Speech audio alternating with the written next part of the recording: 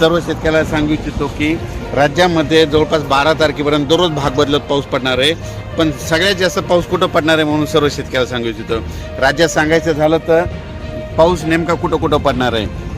सातारा, सांगली, सोलापूर, कोल्हापूर, पुणे, तसेच नगर जिल्हा, नाशिक जिल्हा, तसेच संभाजीनगर, बीड, जालना, परभणी, लातूर, धाराशिव, त्याच्यानंतर तो पाऊस सोलापूर, पंढरपूर या भागामध्ये म्हणजे 12 तारखेपर्यंत चांगला पडणार आहे म्हणून हा अंदाज लक्षात घ्यायचा.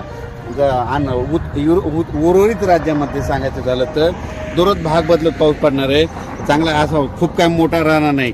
शेतकऱ्याला एक सांगू इच्छितो, सुद्धा शेतामध्ये जर एकीत वर असले तर पेरणीचा निर्णय घ्या, नसा पेरणी करू नये म्हणून हे अंदाज सारखं लक्षात घ्यायचा.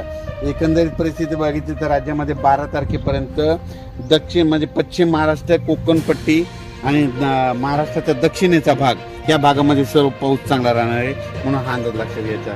राज्यात सांगायचं झालं तर नंतर 14च्या नंतर परत राज्यामध्ये 15, 16, 2-3 दिवस थोडी विश्रांती राहील. पण 18, 19च्या नंतर परत राज्यामध्ये पाऊस येणार आहे म्हणून हा अंदाज लक्षात घ्यायचा.